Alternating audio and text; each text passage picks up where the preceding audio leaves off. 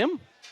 And maybe the best news is that the reduced time control, 3+1. This is where Alireza's bread might be buttered. He's got the white pieces to start off the segment. He's already played an Italian. Magnus responded with a weird medley of setups. H6, bishop E7. That was the game where Magnus played the G5 move. So maybe Alireza wants him to remember that game to build up some momentum. Oh, A3 is not a move you see in the Italian. So these guys are basically just playing whatever they want. A3 is not a move he would have played in the 5+1, I feel like. But it's a faster blitz control, Danya, so he's just trying to play on flow. And maybe that's the biggest adjustment he needs to make. Play on intuition, avoid those big time deficits. Both players playing pretty quickly, but I like this for Alireza. Very typical idea. Knight to D5, super annoying. You can't take with the knight because the pawn recaptures with a fork. If you take with a bishop, which you might have to, and then move the knight back to B8, you hand over the bishop pair, which is a pretty big asset in these lines. And if the pawn takes on D5, it'll likely be traded on C6. That's exactly what happens. It's a great call by you. Here White can just play H3 and castles, or push for D4 potentially, but definitely we're going to see the bishop dropping back to B3 or A2 so that the queenside B and C pawns can get moving. That's exactly right, because black can either go C6, as you pointed out, fight for the center, or deploy this knight to D7 and potentially to B6. So your celebration there with White might be short-lived, and that break felt like it lasted like 30 seconds. Magnus and Alireza are back in the saddle. They're back at their computer screens. And Alireza is back to pushing his A-pawn one more square. Why was that such a bad move? And also, why did he not just castle? Like, why A4 now, right? Because it was clear that Magnus was going to play for C6. So, yeah, Alireza really surprising me. He's got to castle his king, Danya. And he heard you loud and clear, but Magnus occupies the center. Feels like black is now potentially in the driver's seat. White still has the bishop pair. It's not like this center is going to cause you trouble in the next 2 or 3 moves, but Magnus might get his bishop to D6, his rook to E8, and eventually a move like E5, E4 could be a problem. This bishop on A2 is also a problem. That's true, and it went to C4. Now it dropped back to A2. At some point, White's got to fight for something in the center of the board. You got everything on the 3rd rank.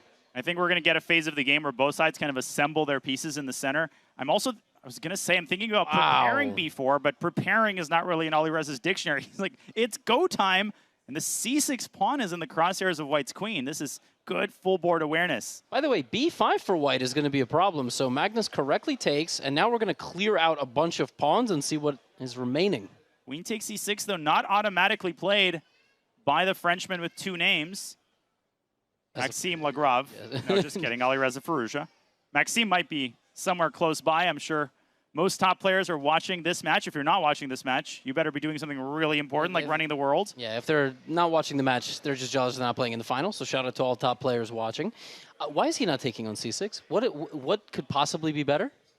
Or what could possibly be wrong with this move? He finally does it. Something was worrying him here. Now, the queen does not get trapped here. Rook to C8 may be a cause for concern. Maybe black even has a repetition. Rook to B8, but clearly White is not the one fighting for an advantage here. Queen to A5.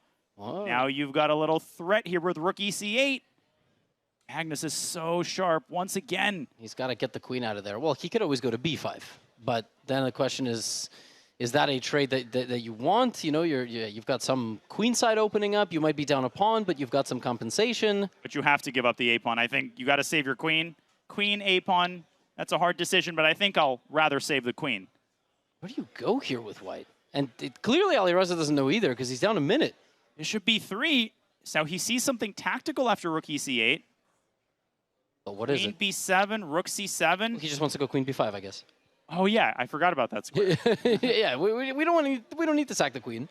Although, yeah, if you go queen B7, rook B8, there might be queen A7. So yeah, might not be so easy. 53 seconds for Alireza. He's down 40 seconds on the clock. Can Magnus afford a move like rook A B8? That might be too slow though, Levy, because then the queen can evacuate. And perhaps the worst is behind. Sure, but even at that point, what's the goal of White's position? You kind of drop back, but you don't have much forward momentum. Bishop is still bad. Black's knight from D7 certainly does have some forward momentum. Another thing that doesn't have forward momentum, this pawn on A4. Seems like it'll remain there for a long time. And yet it's Magnus who is unhappy and goes for this position. Wow, that's a big transformation, and now it might be Alireza who gets a bunch of play. And he gets 2 benefits. Now, the pawn on B5 is vulnerable, but he does get this A file. He can use that right now with rook A7. He could give up the B5 pawn in order to activate his light-squared bishop. Bishop A4 is fantastic. Then the F rook goes to B1 and C1, and This is not a position you want to play against two bishops. Alireza so skilled in these dynamic positions, but the time situation, we keep mentioning it, it has been on Magnus's side. The b5 pawn, it's on his side of the board. Does he gobble it up? Does he take the pain from the bishop appearing on a4? And if he doesn't, what's he going to do instead? Can he go? He can't really go d4 because knight g5 is a huge problem. He can't go e4, but he does take on b5. Apparently rook a7 first was better. Rook a7 first, that set up a massive threat of bishop a4. Now the knight on d7 is protected, so you can go back, but maybe not to b8 because that allows the other rook to infiltrate. Big decision by Magnus as the time situation equalizes, and just like game one, Levy, we're going to get a slugfest here in the first game of the next segment. Bishop c6, though. I think Black is under a little bit too much pressure to feel happy with the extra pawn. He will likely have to chuck it, and we will head to an endgame. But Magnus could blunder here with 20 seconds on the clock. Oh, rook c8, look at his back rank. Both sides struggling with a weak back rank and no time to make luft because Magnus threatens just to win White's bishop, trying to force Alireza's hand.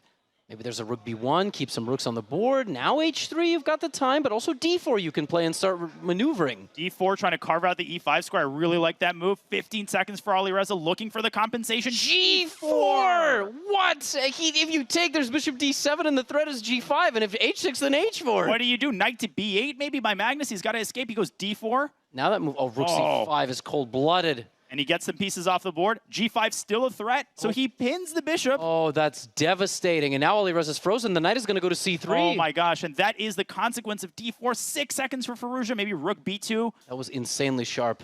He defends the rook, but look at Magnus's knights. They encircle all of White's weaknesses. d3 is going to be lost. Yeah, it's just lost, and Magnus is going to be 2 pawns up. There were some games Alireza lost. This one, Magnus is about to win. He will win a second pawn, and now it's a matter of technique and keeping an eye on your clock. Yeah, you can't go f6 here. e3.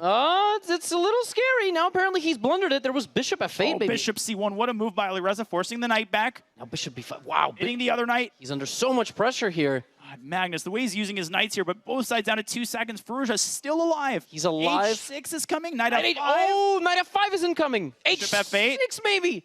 h6. She tries g6. He wants to go bishop h6 at the right moment. Oh my gosh. Magnus blunders a pawn. He blunders a pawn. Now Alireza's maybe playing for a win. And he's got to move. Oh and he gives up the pawn again, and I think Magnus, he's got to watch out. I think we're heading for a draw. Alireza wins back the pawn again. We're heading for a draw, Tanya. This might take up the entire 3-minute segment. Oh my goodness. Knight c6, you can't trade into a pawn endgame because it's so easy to miss a fork here. How many times have I done that? 2 knights that are jumping around. Yeah, but you sometimes have to keep the king active. King f1 escaping. Good job keeping distance between the king and the minor pieces. Oh my goodness, he's attacking the knight. Knight f3, f4. Don't get mated here if you're playing white. Absolutely, that's possible. Look at Magnus. Again, the knight starts. Oh, how's there no mate? Oh, he's going to lose the pawn. He loses the pawn again.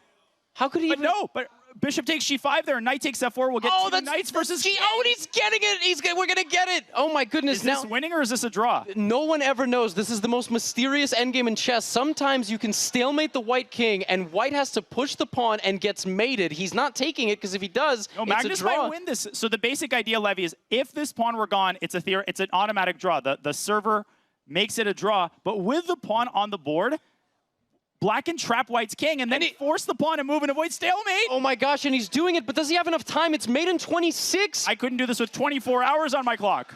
But the thing is, you force the white king to the corner, you stalemate the king, and then it's checkmate. But I'm not sure Magnus has the time, Danya. When was the last capture? 50 move rule. Oh my gosh, but he's getting the king into the right spot. Look at how he's doing it. This is unbelievable. What was the 50 move rule? He might actually have a draw on the board. But how do you get the king? If you get the king to h1, that's the hardest part. He's trying it the other way. I don't think he's making it happen here. He came so close. Oh, and now the king's running back. Oh, it's looking like a draw. King G5 and the king out the other side, out the back door it goes. King f5, king f6. You need the king to have activity. That was insane. It's not over yet, though. It's never too late to hang your king. King e5 here would lose the game. Yes. What an attempt by Magnus. What a defensive effort by Firouzja. Firouzja will hold. He will hold this game. 117 moves. How many moves to the 50 move rule? Yeah, seriously. And it will kick in. There will not be a chess.com bug that makes this game endless. There it is.